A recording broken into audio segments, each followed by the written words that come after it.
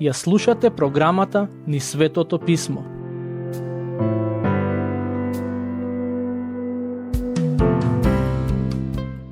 Драги слушатели, во нашето проучување на Светото Писмо се наоѓаме во втората глава од посланието на Јаков. Во неа тој пишува за пристрасноста, односно за начинот на кој некои верници со еврејско потекло се однесувале кон богатите и сиромашните во црквата. Во првиот дел од оваа глава, Јаков ги охрабрува христијаните да не бидат пристрасни и да не ги вреднуваат луѓето на ист начин како што светот го прави тоа, туку да се однесуваат кон нив онака како што му е на Бог мило. Сега во вториот дел од оваа глава, тој пишува за балансот помеѓу верата и делата. Всушност, ова е можеби најпознатиот дел од ова послание. Да почнеме со читање на текстот. Стих 14. Каква е ползата, браќа мои, ако некој рече дека има вера, а дела нема? Може ли верата да го спаси? Некои луѓе велат дека овој стих е јасна противречност на учењето на апостолот Павле, бидејќи Павле на неколку места во Новиот Завет вели дека спасението се добива преку вера, а не според делата. Например, во Галатјаните 2.16 тој пишува: но знаеме дека човекот не се оправдува преку делата на законот, туку само преку верата во Христос Исус. Значи, од една страна Павле вели дека човекот не се оправдува преку законот, односно преку делата, туку само преку вера во Христос. А сега Јаков вели: може ли верата да го спаси човекот ако нема дела? Дали во Светото Писмо има јасна противречност? Дали Павле и Јаков поучувале различна теологија? Се разбира дека не. Ќе ви кажам зошто во понатамошниот дел од епизодата. Да продолжиме со читање.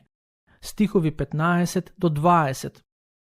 Ако некој брат или сестра се голи и немаат што да јадат, па некој од вас им рече: одете си со мир, грејте се и наситете се, а да не им даде што им е потребно за телото, каква полза? И така верата, ако нема дела, сама по себе е мртва. Но може некој да рече: ти имаш вера, а јас имам дела. Покажи ми ја својата вера без дела, а јас преку моите дела ќе ти ја покажам мојата вера. Ти веруваш дека Бог е еден, добро правиш, но и злите духови веруваат, а треперат. Не сакаш ли да разбереш, о суетен човеку, дека верата без дела е мртва? Јаков и Павле не пишуваат за различни, туку за сосема исти нешта. Би рекол дека тие и пристапуваат на истата тема само од поинаква перспектива. Значи Павле јасно поучуваше дека човекот може да се спаси само преку вера, а не преку делата на законот. Во Римјаните 3.28 вели дека човекот се спасува независно од делата на законот. Пред малку ви го прочитав и стихот од посланието до Галатјаните, каде вели дека човекот може да се оправда само преку вера во Христос. Но како да ги помириме, условно кажано, Павле и Јаков? Јаков вели дека верата сама по себе, без делата, е мртва. Дозволете ми да објаснам зошто Павле го нагласуваше спасението само преку вера, а зошто Јаков вели дека верата без дела е мртва. Во тоа време во црквите се појави учители со еврејско потекло, кои поучуваа дека ако не го пазат Мојсеевиот закон, христијаните не можат да бидат спасени. Затоа Павле пишуваше дека тоа учење е погрешно и дека Бог ни го дава спасението врз основа на верата, а не врз основа на тоа дали и колку го почитуваме законот. Значи, за спасение е потребна само вера. Но Павле никогаш не тврдеше дека е доволно само човек да верува и откако ќе го добие спасението да живее како сака. Не, туку тој постојано нагласува во своите посланија дека оние кои го имаат спасението треба да живеат променет живот, кој се повеќе ќе наликува на Христовиот. Тоа што Јаков сака да го каже во овие стихови кои ги прочитавме е следното. Верата која не спасува мора да произведе соодветни дела. Ако некој тврди дека верува, а неговата вера не резултира со добри и богоугодни дела, таквата вера е мртва, односно во себе нема никаква вредност. Зошто Јаков пишува за оваа тема? Затоа што некои од христијаните со еврејско потекло поверуваа во лагата дека е доволно само да веруваат во Господ, но не е важно како ќе живеат. Тие мислеа дека најважно е да ја исповедаат верата во Господ Исус, можеби и да одат редовно на црковните богослужби, но воопшто не е важно како се однесуваат кога се собрани со христијаните, како се однесуваат кога се со семејството, кога се враќаат на работните места и слично. Преку овие зборови, Јаков на некој начин се бори против лажната идеја дека верата е само теорија која човек може да си ја чува во срце. Таквата вера е лажна и површна. Затоа во црквата треба да се поучуваат луѓето, за да не доаѓаат до вакви погрешни заклучоци со кои се мамат себе си. Знам дека ова учење нема да им се допадне на некои луѓе, бидејќи ќе ги соочи со нивните духовни проблеми, но ако сакаме да останеме доследни на Евангелието, ние мора да зборуваме за спасоносната вера која произведува соодветни дела. Одамна слушнав една приказна која на сликовит начин го доловува тоа што сакам да го кажам. Се вели дека еден ден ѓаволот имал состанок со демоните. На тој состанок требало да се разговара како да се убедат луѓето дека Бог не постои. Од демоните се очекувало да дојдат подготвени на тој состанок, бидејќи темата им била претходно најавена. Кога пристигнале, ѓаволот веднаш почнал да ги прашува за идеи. Еден демон сосема некреативно рекол дека задачата е навистина тешка и нема да успее кај сите луѓе. Друг рекол дека е најдобро да се убедат луѓето дека не постои ништо после смртта и така луѓето ќе бидат незаинтересирани за Бог. По некое време дискусија еден од демоните ја дал најлукавата идеја, велејки: ќе ви кажам што треба да направиме. Ќе ги убедиме луѓето дека Бог постои, но исто така ќе ги убедиме дека е сосема возможно и во ред, доколку исповедаат вера во Него, а живеат во грев. Приказната вели дека ѓаволот и демоните заклучиле дека тоа е најдобрата идеја и одлучиле неа да ја применат. Се разбира, ова е само приказна, но мислам дека на соодветен начин ја објаснува тактиката на сатаната кога станува збор за пропаста на оние кои се нарекуваат христијани. За жал, се чини дека голем број луѓе кои се поистоветуваат со христијанската вера не се свесни за ова искушение.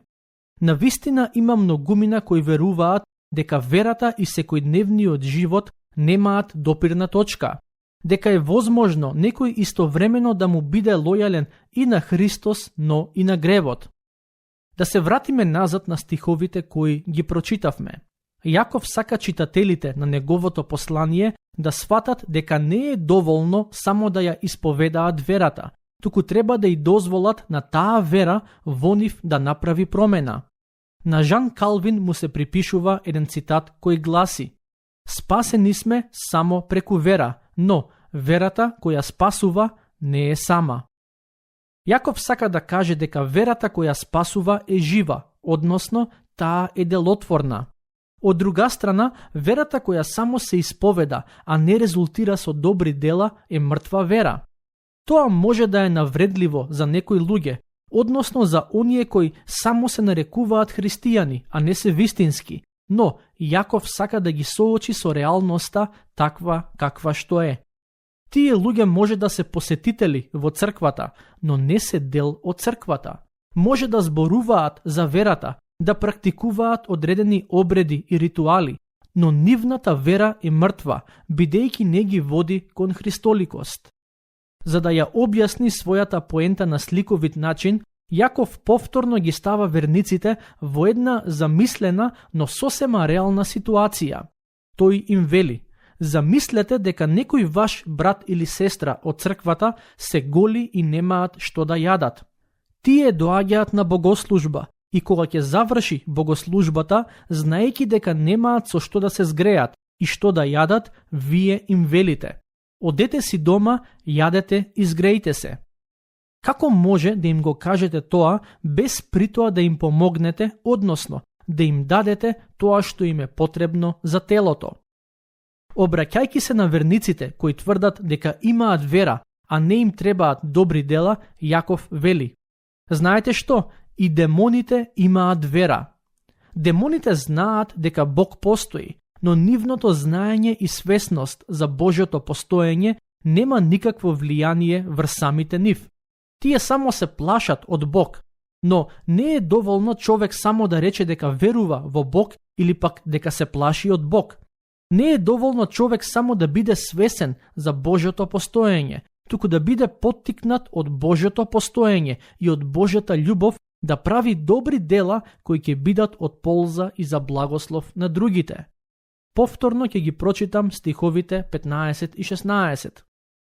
Ако некој брат или сестра се голи и немаат што да јадат, па некој од вас им рече: одете си со мир, грејте се и наситете се, а не им даде што им е потребно за телото, каква полза? Во денешен контекст во црквата некогаш се случува некој да ја сподели својата потреба и останатите да му кажат: ќе се молиме за Бог да ти помогне и да ти го даде тоа што ти треба. Јаков на таквите би им рекол: немојте само да се молите, туку помогнете, дајте му на човекот храна, ако нема облека, дајте му нешто да облече, ако нема дрва, најдете начин како да му дадете дрва за да се згрее. Дали ова значи дека црквата треба да биде црвен крст и да им помага на сите луѓе кои имаат некаква потреба? Мислам дека тоа е невозможно. Во општеството има премногу потреби кои црквата не може целосно да ги пресретне. Но, ова првично се однесува на оној кој е христијанин или човек кој доаѓа на црковните собири и има потреба. Согласно своите капацитети и ресурси, верниците треба да му помогнат на тој човек. Нашата грижа да не се сведе само на зборови или молитви, туку и на дела. Господ Исус рече: по тоа ќе ве познаат сите дека сте мои ученици, ако имате љубов еден кон друг. Евангелие според Јован 13:35. Во Римјаните 13:8 Павле вели дека никому ништо не треба да должиме, освен да се сакаме еден со друг и на тој начин ќе го исполниме законот. Поентата е дека не е доволно само да кажеме дека сме христијани, а да ни недостасуваат љубовта и грижата кои Христос ги има. Каква е ползата од таквата вера? Имаат ли сиромашните полза од неа? Имаат ли вдовиците и сираците полза од таквата вера? Ако немаат, време е да се преиспитаме и да видиме каде грешиме. Може би сме станале христијани и црква кои многу зборуваат, а малку прават. Може би сме станале верници кои во името на молитвата ја оставаат мотиката настрана. Дали ова значи дека треба да им помагаме на сите кои ќе побараат нешто од нас? Се разбира дека не. Кога помагаме, треба да бидеме мудри. Ако некој човек од мене бара пари за да си купи алкохол или цигари, јас не би му помогнал. Тоа не е помош, туку само финансирање на погрешен животен стил. За жал, низ годините сум бил сведок и на ситуации кога некој во црквата бара пари за навидум нешто добро, но на крајот тие луѓе ги трошат парите за луксус или пак за покривање на сосема поинакви трошоци. Така што, иако ние не можеме да видиме што се наоѓа во срцата на луѓето и какви се нивните намери, сепак, кога имаме можност, добро е да најдеме начин да дознаеме каде одат парите кои им ги даваме на оние кои тврдат дека имаат потреба. Да се вратам назад на прашањето поврзана со теологијата на Павле и Јаков. Мора да разбереме дека и двајцата и пристапуваат на истата тема, но од различни перспективи. Кога Павле пишува дека спасението е само по вера, тој зборува за коренот, а кога Јаков пишува дека верата не е доволна, тоа се однесува на плодот. Ниту Павле пишувал дека доволно е човек само да верува, а не е важно како живее, ниту пак Јаков вели дека се додека човекот има добри дела, не е важно што и како верува. Стих 21.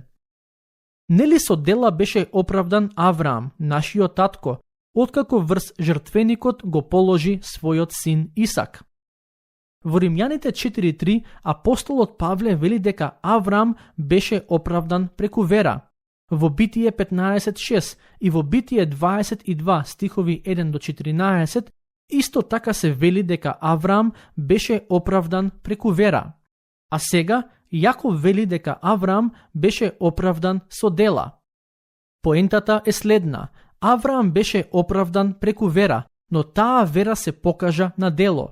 Кога Бог ја испитуваше неговата вера, тој му рече да го принесе својот син Исак како жртва. И што направи Авраам? Тој стана, го зеде својот син и беше подготвен да го принесе на жртвеникот, како знак на послушност кон Бог. Бог го спречи во таа намера и му кажа дека целта за тоа што го побара од него беше да ја тестира неговата вера. Но поентата е дека Авраам не само што му веруваше на Бог, туку и на дело ја покажа таа вера. Стих 25. А така, не се оправдали со дела и блудницата Раав, откако ги прими извидувачите и ги изведе по друг пат. Не знам дали сте читале за оваа случка во Стариот Завет, но пред да го освојат градот Ерихон, Мојсей пушти двајца израелци во градот кои имаа за задача да го видат каков е одвнатре. Додека беа таму имаа потреба да се сокријат, и една жена по име Раав им помогна во тоа. Таа претходно имаше слушнато за господовите дела и имаше вера во Господ, знаеше дека тој ќе им ја даде земјата на израелците. Врз основа на таа нејзина вера, Раав действуваше и со тоа ја покажа верата на дело. Таа не само што веруваше во Господ, туку и се вклучи во исполнувањето на неговите цели и планови. Поентата на Јаков е дека и Авраам и Раав можеа да кажат дека имаат вера во Господ, но да не го направат тоа што тој го бараше од нив. Тогаш, каква би била ползата од нивната вера? Истото се однесува и за нас денес. Ние можеме да се идентификуваме со христијанската вера и со црквата, но ако не ја покажеме верата на дело, од неа нема никаква полза. Верата е како корен кој дава соодветни плодови, односно произведува соодветни дела. Забележете како Јаков ја завршува оваа втора глава од неговото послание. Стих 26. Зашто, како што телото без дух е мртво, така и верата без дела е мртва. Каква е вашата вера? Мислам дека е добро секој од нас да се преиспита и да си го постави ова прашање. Каква е мојата вера? Дали сум некој кој тврди дека верува, а не го извршува тоа што Бог го бара од мене? Дали сум само слушател на Словото, а не и извршител? Добро е секој од нас да се преиспита во однос на ова прашање, за доколку живееме во некаква самоизмама да се поправиме на време. Една од најголемите трагедии е кога некој мисли дека е добар верник, а всушност неговата вера е мртва. Кога мисли дека неговата вера е богоугодна, а всушност Бог не ја препознава како вистинска и искрена. Тука ќе го завршиме денешното проучување. До следниот пат, Бог нека ве благослови.